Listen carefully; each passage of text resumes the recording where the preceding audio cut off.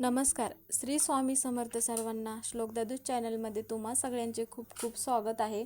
स्वामी तुम्हा सगळ्यांना कायम सुखी ठेवो ही स्वामीचरणी प्रार्थना करते आणि आजच्या एका व्हिडिओला सुरुवात करते.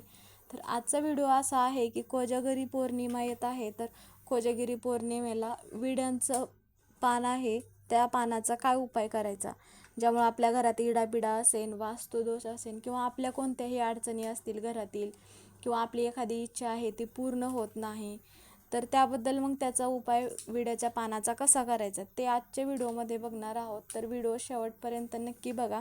व्हिडिओ जर तुम्हाला आवडला तर व्हिडिओला लाईक करा आणि चॅनलला सबस्क्राईब करायला विसरू नका. तर मग कोजागिरी पौर्णिमा आहे आश्विन शुक्ल महिन्यातील ऑक्टोबरमध्ये 16 ऑक्टोबर या दिवशी आहे आणि वार आहे बुधवार. तर या दिवशी मग कोजागिरी पौर्णिमा असल्यामुळे कोजागिरी पौर्णिमेचं आपण ज्या नवरात्रीमध्ये जेवढ्या सेवा केल्या, जेवढे उपाय केले किंवा नवरात्रीमध्ये देवीच्या लक्ष्मी प्राप्तीसाठी जे उपाय केले, त्याचप्रमाणे पौर्णिमेला आपण इतर ज्यावेळेस पौर्णिमा असते त्यावेळेस पण आपण बऱ्याच सेवा वगैरे करतो. सत्यनारायणाची पूजा करतो प्रत्येक पौर्णिमेला. तर म्हणजेच काय होतं की भगवान विष्णूची आपल्यावर कृपा राहावी म्हणून आपण प्रत्येक पौर्णिमेला सत्यनारायण केलंच पाहिजे. तर मग सत्यनारायण एकदम साध्या पद्धतीने करायचं आहे. त्याबद्दल पण सत्यनारायण कसा करायचा ह्याच चॅनलवर अगोदर व्हिडिओ अपलोड केला आहे. तुम्हाला जर माहिती नसेल तर मग तुम्ही सत्यनारायणाचा व्हिडिओ बघू शकता. तर मग काय होतं, पौर्णिमेच्या दिवशी मग आपल्याला सगळ्यात पहिली गोष्ट म्हणजे काय करायचं आहे, सकाळी उठल्यानंतर आपण ज्यावेळेस उंबरठा लेपन करतो त्या अगोदर मग थोडंसं पाणी घ्यायचं आहे. पाण्यामध्ये गंगाजल असेल तर गंगाजल टाकायचं आहे, गोमूत्र असेल तुमच्याकडे तर मग गोमूत्र टाकायचं आहे.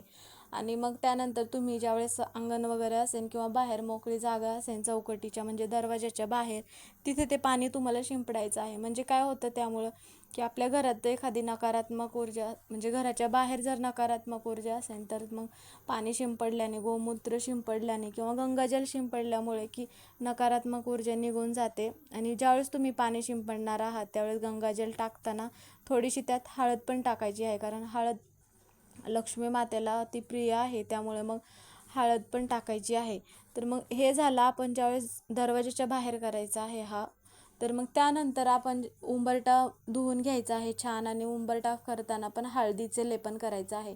आता आपण इतर वेळी हळदीचं लेपन करत असताना आपण दोन्ही बाजूला म्हणजे उंबरठ्यावर लक्ष्मीचे पावलं काढतो किंवा स्वास्तिक वगैरे काढतो. तर मग ह्यावेळेस मग काय करायचं आहे, स्वास्तिक पण काढायचं आहे आणि पावलं पण काढायचे आहेत लक्ष्मी मातेचे. त्यानंतर मग तुम्हाला आता बऱ्याच ठिकाणी काय होतं की दरवाजाच्या बाहेर म्हणा जास्त जागा नसते, मग त्यावेळेस तुम्हाला मग कुंकवाचं शुभ लाभ काढायचा आहे. तर मग काय करायचं आहे, थोडंसं कुंकवाचं थोडंसं पाणी बनवायचं आहे आणि मग एका उजव्या बाजूला शुभ काढायचं आहे आणि डाव्या बाजूला लाभ काढायचा आहे. आणि जे तुम्ही कुंकवाने काढलं आहे त्यामध्ये थोडीशी हळद टाकायची आहे आणि मग अक्षदा व्हायच्या आहेत तांदळाच्या आणि फूल व्हायचं आहे. तर मग काय होतं, शुभ लाभ काढल्यामुळे मग आपल्या घरात नेहमी वातावरण प्रसन्न राहतं, लक्ष्मी मातेचा वास असतो.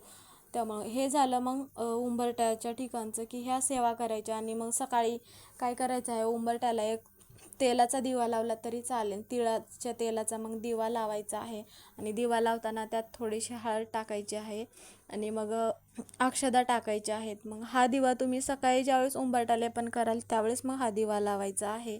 आणि त्यानंतर आपण मग पौर्णिमेच्या वेळेस आपण ज्यावेळेस घरात कासव म्हणा किंवा इतर ज्या ठिकाणी आपण तांदूळ ठेवलेलं असतं ते सगळं धान्य मग देवघरातले बदलायचे आहे. पौर्णिमेला अमावस्येला आपण बदलतोच, तर ह्या पौर्णिमेला पण बदलायचे आहेत तांदूळ म्हणा किंवा अजून इतर ज्यावेळेस आपण कवड्या वगैरे ठेवतो त्यात पण कवड्या अशा मोकळ्या न ठेवता त्याखाली तांदूळ ठेवतो. हे सगळं तांदूळ वगैरे बदलायचे आहे आणि मग जे नवीन आपण आणले ते तांदूळ मग त्यात ठेवायचे आहे. मग त्या दिवशी पौर्णिमेच्या दिवशी देव उजळून घ्यायचे आहे आणि मग छान देवपूजा वगैरे करून झाल्यानंतर मग आरती करायची आहे, लक्ष्मी मातेचा जप करायचा आहे, मंत्र म्हणायचा आहे, स्तोत्र म्हणायचं आहे. ओम महालक्ष्मी नमः या मंत्राचा 108 वेळा जप करायचा आहे. आता तुम्हाला जर 108 वेळा जप करायला जमत नसेल तर मग तुम्ही मोबाईलवर पण लावू शकता. आणि मग त्या दिवशी स्वामींची अजून एक सेवा करायची आहे तुम्हाला. श्री स्वामी चरित्र सारामृत या ग्रंथातील तुम्हाला जे 1 ते 21 अध्याय असतात त्याचं पण तुम्हाला मग पारायण करायचं आहे. आता ज्यांना एवढं शक्य होत नसेल त्यांनी मग श्री स्वामी समर्थ यांचा 108 वेळा जप केला तरी चालेल. म्हणजेच काय होते की सगळ्या महिला किंवा सगळे दादा घरी असतातच असं नाही, बाहेर नोकरीसाठी जातात, त्यामुळे त्यांना ह्या स्वामींच्या म्हणा किंवा इतर सेवा करायला शक्य होत नाही. तर त्यांनी मग घरी असेल तोपर्यंत मग मोबाईलवर लावलात तरी हरकत नाही. तर हे झाले आपल्या देवघरातील ह्या ज्या काही सेवा आहेत, उपाय आहेत, हे मग तुम्ही त्या दिवशी करू शकता. मग आता दुसरी गोष्ट म्हणजे काय करायचं आहे, पौर्णिमेच्या दिवशी आपण पूजा मांडायची आहे लक्ष्मी मातेचा. तुमच्याकडे जर फोटो असेल तर फोटो ठेवायचा आहे, मूर्ती असेल तर मूर्ती ठेवायची आहे. आणि छान अशी पूजा वगैरे मांडून दिवा लावून मग एक दिवा असा लावायचा आहे. आता तुमच्याकडे तुपाचा दिवा असेल, तूप असेल तरी हरकत नाही, किंवा मग तुम्ही तिळाच्या तेलाचा पण दिवा लावू शकता. आणि मग तो दिवा आपण जी पूजा मांडली आहे त्या पूजेमध्ये ठेवायचा आहे. आणि त्या पूजेमधल्या दिव्यात काय टाकायचं आहे, थोडीशी हळद टाकायची आहे, हळदी कुंकू टाकायचं आहे. आणि मग अक्षदा थोड्याशा टाकायच्या आहे. आणि मग त्यात तुम्ही भीमसेनी कापूर पण एक टाकू शकता.